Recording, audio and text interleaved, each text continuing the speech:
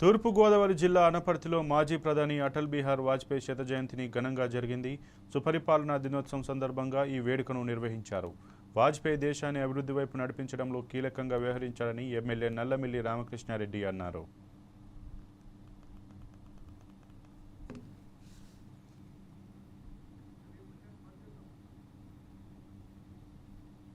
వాజ్పేయి గారి మాజీ ప్రధానమంత్రి శ్రీ అటల్ బిహారీ వాజ్పేయి గారి జయంతి. ముఖ్యమైన విషయం ఏంటంటే ఈ 2024 డిసెంబర్ 25 ఆయన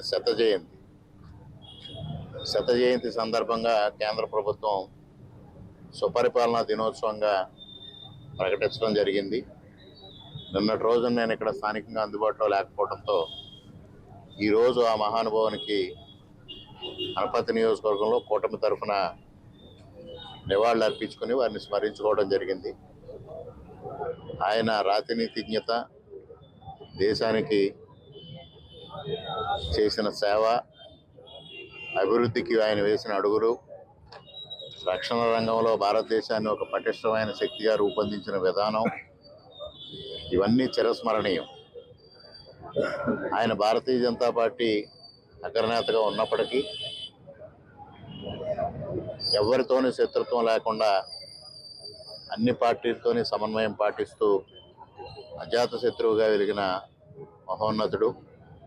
అదేవిధంగా ఆయన అధికారం కోసం కాదు, నైతిక విలువలే నాకు ముఖ్యమని ఒకే ఒక్క ఓటుతో ప్రధానమంత్రి పదవి కోల్పోతా ఉన్న అనైతికకు పాల్పడకుండా ఉండి విలువలు ఏ విధంగా ఉండాలి, రాజకీయాల్లో విలువలు ఏ విధంగా ఉండాలని చాటి చెప్పిన మహోన్నతుడు.